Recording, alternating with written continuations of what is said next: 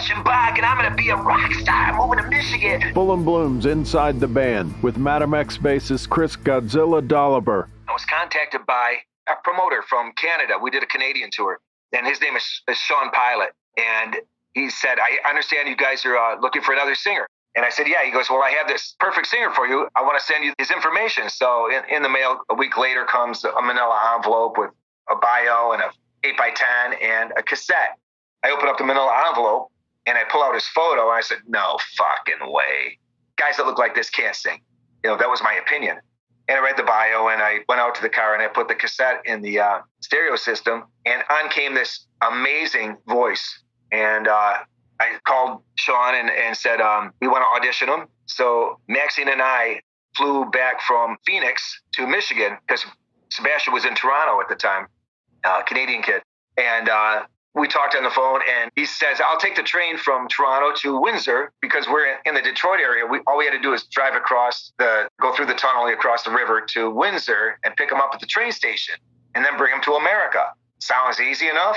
So the train's coming in, and off the train comes Sebastian with his hair, up to the clouds, full makeup on, bouncing down down that gangway or whatever that area is, like, scream at the top of his lungs. And I looked at him, I'm thinking to myself, no effing way, this isn't going to work at all. He didn't look like just a kid going across the border. And he was so excited.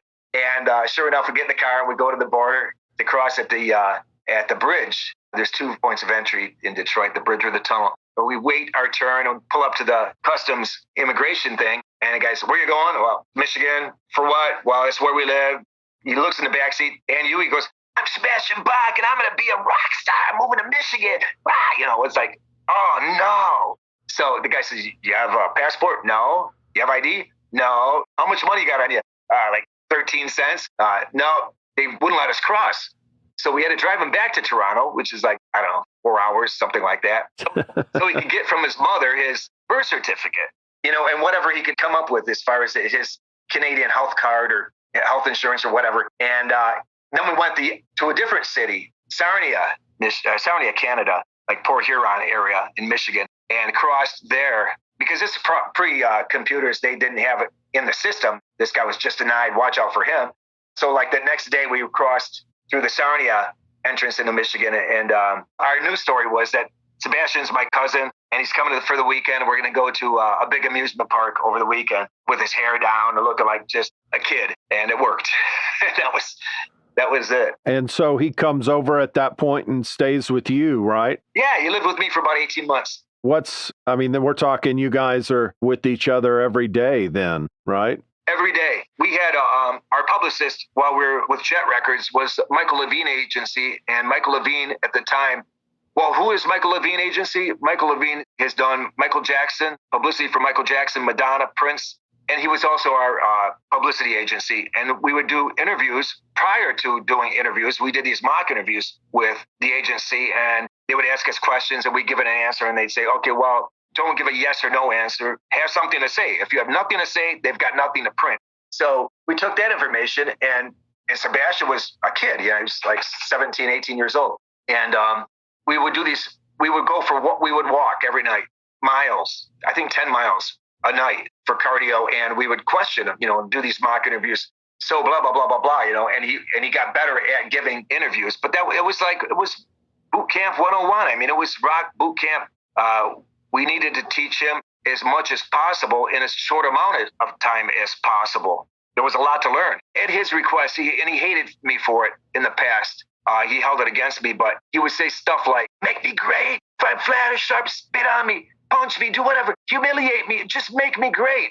And he sincerely wanted to be great. And he thought that would put the fire, in his soul to push himself harder to be better. And he did it, and it worked. He's coming in a fan of Madam X, right? Yeah, he was. He was a fan. He saw us at Rock Roll Heaven in Toronto, and I guess he followed us to Sudbury, I think it was. He followed us. He saw us at several shows, and then he was excited to be in the band, and we were excited to have him. He was absolutely perfect. He was an amazing find, and Bret Kaiser has a big voice. and he's a great performer. Bret's voice is so metal. Like, you could have gone any direction with Bret. You could have even gone way heavier. He's a monster. And in the music business, you're trying to one-up your competition. And that's what we were trying to do, is like, we had a great drummer, Mark McConnell. Roxy's a great drummer. We replaced her with a great drummer. Bret's a great singer, performer. We replaced Bret, not because we wanted to replace these guys, but we had to. And we replaced him with Sebastian. And Sebastian is a great singer and a great performer. And we just thought it was the perfect combination. And it was for months and months and months and months and months. Right. I mean, you guys really are thinking like all the pieces are in place now, right? Is that how you're feeling? Yeah. I mean, we had a tight band. We had good camaraderie. Everybody liked each other. Unfortunately, the whole truth to why Sebastian was no longer in the band at some point was Sebastian was young and influential, or influenced by others easily, I should say. And there was a point where we were playing, doing dates across the East Coast, and Maria was following us around. She was actually on the bus at first, and then Sebastian wasn't getting proper rest. He was up all night with her, and his voice wouldn't be as strong the next day, maybe even the point where he had difficulty singing. You have to rest your voice. So then we said, no, you can't be on tour with us. So then she started following us around the country with her girlfriend in a car.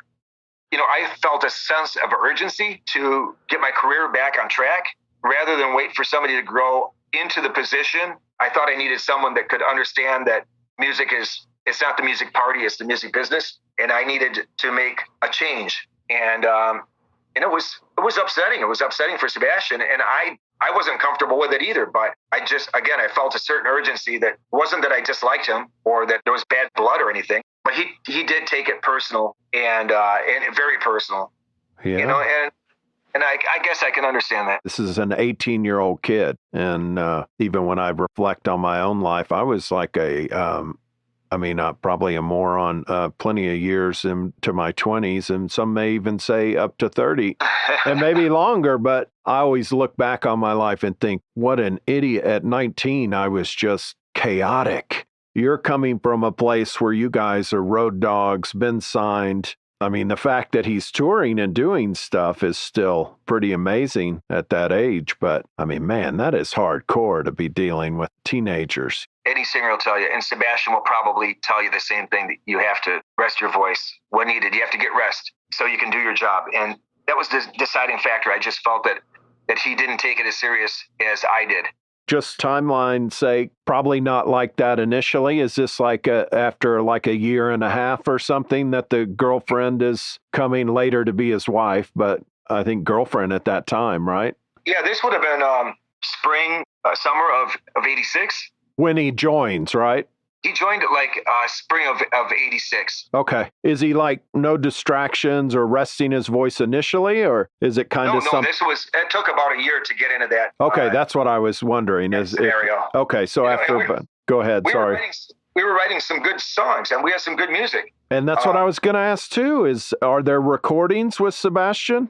Yeah, there's a couple. There's a song called, Up for the Night is one in particular, and I told Sebastian about it. I'm sure he's forgotten about it, but we went to a 24-track studio and did that, Up for the Night, and Good Time Girl, I think, was another one. But are those online? No, they're unreleased. Sebastian hasn't even heard them. But the last time I heard them with a rough mix, it was so damn good. I thought the song, as it was, didn't even need a bass guitar on it.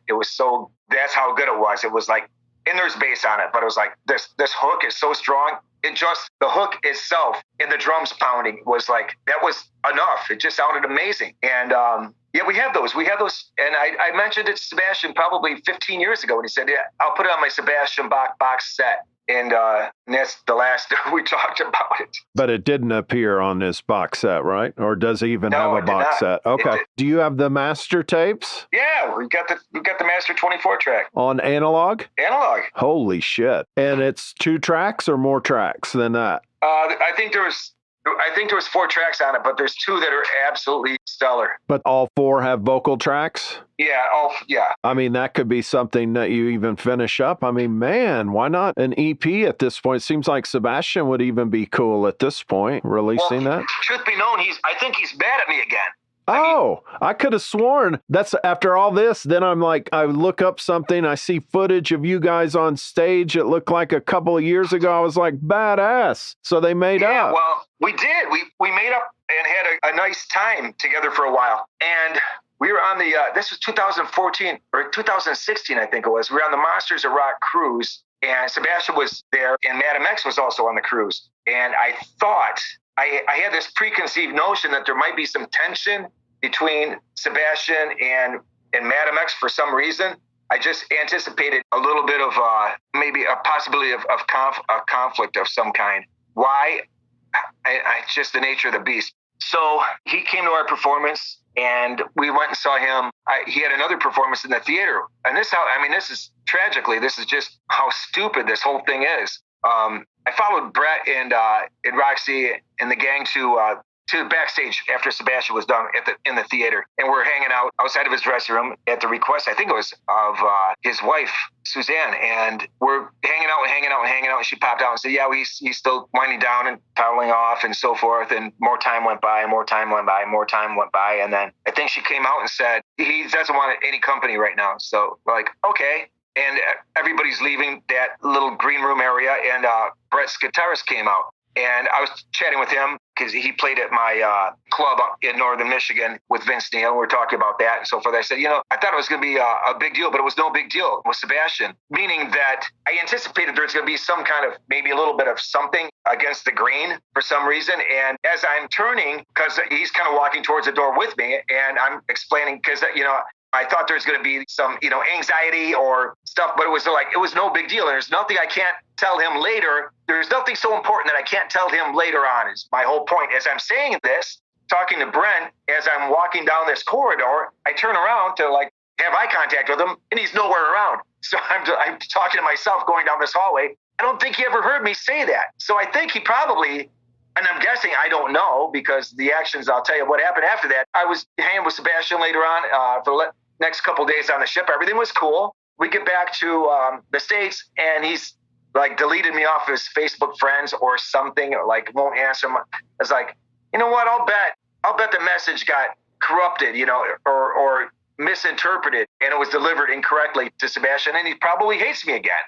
So, and that's the way it's been. So I don't know, brother. I can't totally remember the story, but I was thinking it's either where the real problem back in the day was was it spit on him or punched him on stage or something? Yes. Okay. Of course I did. And he was a kid, and he was an aggressive performer. He would come out the first song and give it not 100%, not 110%, but 1,000%. He would just, every ounce of energy he would give in the first song.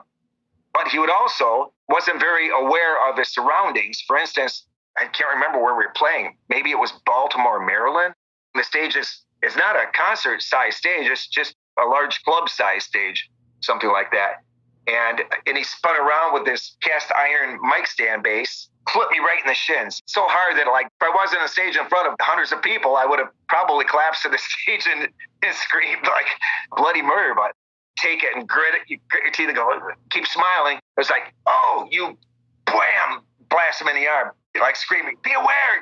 And, or he would come out and sing, be sharp or flat from across the stage, haka a loogie in his direction. You asked for it, brother. You want to make you great? Listen, you're flat or you're sharp or whatever. And was he all the time? No. But he did say, make me great. And I wanted him to be great. I wanted him to be so upset that he would try as hard as he could. And when people exceed their own expectations for whatever reason, that's how people become great. You have to be pushed. And unfortunately, it was probably a terrible thing for me to do. And do I regret it? Yeah, I regret it a little bit because I don't think anybody should really have to endure that or go through that humiliation. But did it help him? I believe it did. And I think America should thank me for pushing him to the limit. I'm assuming just because he did ask you stuff like that, and of course the Skid Row guys, we know very well how they just refuse. It seems like a handful of years ago they started talking to him again, but quickly they were like, holy shit, we can't deal with this guy. And of course what they've said through the years as well. But I'm assuming he hadn't really developed that side of his personality yet. Is he more humble and kind of that, or did you see any of that, like that the Skid Row guys talk about? I think all that came after Madam X. He was pretty humble and pretty much a kid.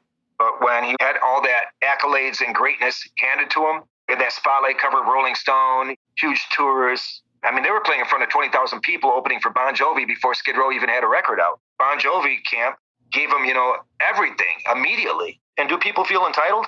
I don't know, maybe, but he wasn't that way with us. But he did play Detroit with Skid Row, and I don't know if he was. I didn't go to the show purposely because I was upset with him that he was so upset with me. You guys don't even speak for like 30 years, right? I know. Well, yeah, but he was playing at a place called Pine Knob. I think it was at the time. It's DTE now. It's a 17,000 seat amphitheater in Michigan, and he took the opportunity in the middle of the show to say, my old band, Madam X, Chris Doliber can kiss my ass or something like that to the audience. And then it got back to me, and I called Doc McGee, and I think I spoke to Scott McGee at the time. I said, you tell your boy Sebastian to stop slandering me. We're gonna have some legal issues here. And then it calmed down, and I'm sure Doc said something like, why are you pissing around with people that don't matter? Do what matters and sell your own records. Bury the hatchet, basically. But I was pretty mad that he said that. And why did he do that? Because we let him go. But honestly, hindsight, that's the best thing to ever happen to him. I thought when I read the book that it was kind of like whatever went down that final time on stage was where Sebastian was like, I'm out. And of course, I've even interviewed Mark Weiss and talked to him about that and that wedding part. And then I saw something where you're talking about that you were the one who let Sebastian go. Yeah. Okay. But then you're still hanging enough to go to that wedding and bring him to that wedding. The invitation in the wedding was in the same week that we let him go. Like we let him go, and then we got the invitation to the wedding. Okay. So then the throwdown on the stage or whatever that went down that final time wasn't a final time. No.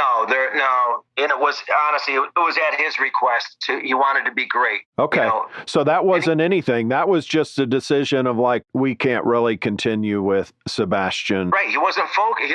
I felt a sense of urgency to get back on track and make records and get another deal. I did it the first time. I thought, I know how to do it. I did it the first time. I got a great band. Now I have a band that's not focused on making music and writing music and moving forward. It's more like turning into a babysitting. They wanted to go to the amusement parks, he and Mark, rather than rehearse or have a writing session or something, as I remember. It's 88. We're talking a nice little gap, especially for you, and you and Maxine, where you guys had been signed. And so we're getting towards, to me, that would be a normal concern. Well, it was. Especially when I appeared to want the limelight again more than he did. And that was it. So we had our parting with him, and he was super upset. Do you recall the day that you told him, and how did that go down and what you said? I don't recall verbatim. I see it in my mind like a movie, but it was at Maxine's mother's house, Mrs. Petrucci's house. Sebastian came over and Mark and around the dinner table and said, this isn't working out. We have to let you go. And he was red-faced and teary-eyed and upset. And then we got the invitation to Mark's wedding. It was for Maxine and myself, invite, and he wanted to go. And we didn't hate him. He was like my first son. Taught him how to drive, taught him everything I knew. Again, it was Rock Boot Camp 101. I loved him like a brother. So I called Mark Weiss and said, Sebastian and Mark really want to come to the wedding. Mark McConnell and Sebastian. And I'll pay for their spots at the table because, as you know, weddings are not cheap.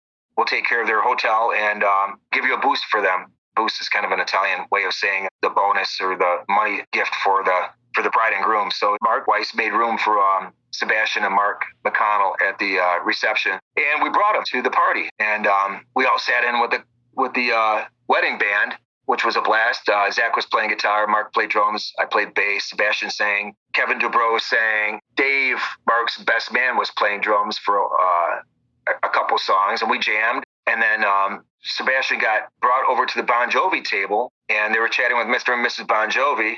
Then later on, Dave says, your singer would be great for this band we're putting together called Skid Row.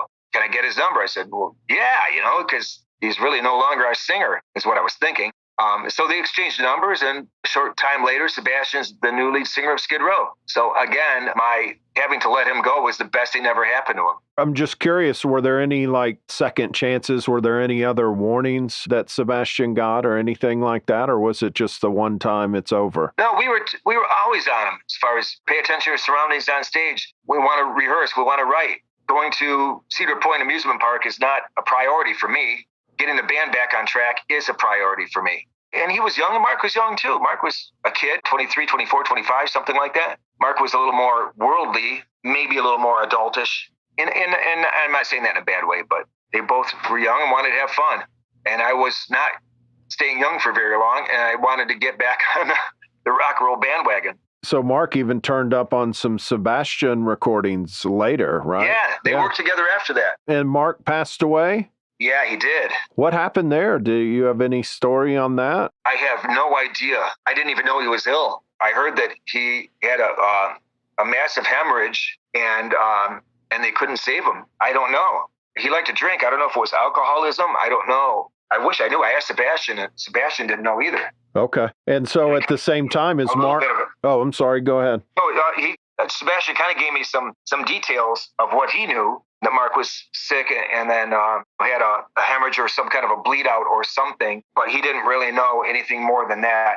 And I hope I didn't get those details wrong and spreading bad information, but something like that. I don't have anything solid to say on that. And is Mark out of the band at the same time, or does he last a little longer? He lasted a little bit longer. We had he and a different singer, Dave, filled in Sebastian's spot because we still had contracted dates that we needed to fulfill. So we got a guy from Tennessee, I think his name, he was from, or Georgia or something like that, someplace down south. Kid sang, he had a good voice. He wasn't as aggressive as Sebastian or that we thought we needed as a front man.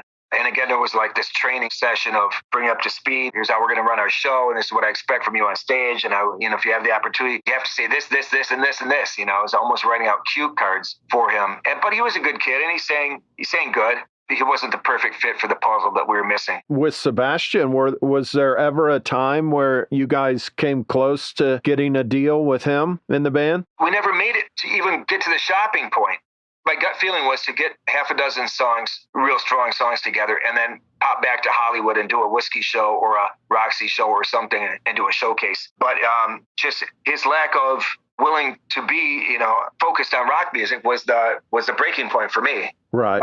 And again, that was the best thing that could have happened to him. And there never really was much writing out of, I'm sure he writes nowadays, but the writing part, was he participating in writing very much at that time for the songs that you did create? Yeah. He wouldn't pick up a guitar and write a riff, but it would be more like, I'll come up with a verse and a chorus, a lyric idea. This is what the song's about, and this is what the chorus is. And then now fill in the blanks. Come up with the first couple of lines. Maybe it's a 3-line verse with a little bit of pre-chorus, and 3-line verse, a little bit of pre-chorus, the chorus, and then a bridge, and then say, here's kind of the outline of it. Let's put the song together. And he would fill in the blanks. But I don't recall anything that he ever brought to the table that was a complete song or a song idea that would lead itself to be a complete song.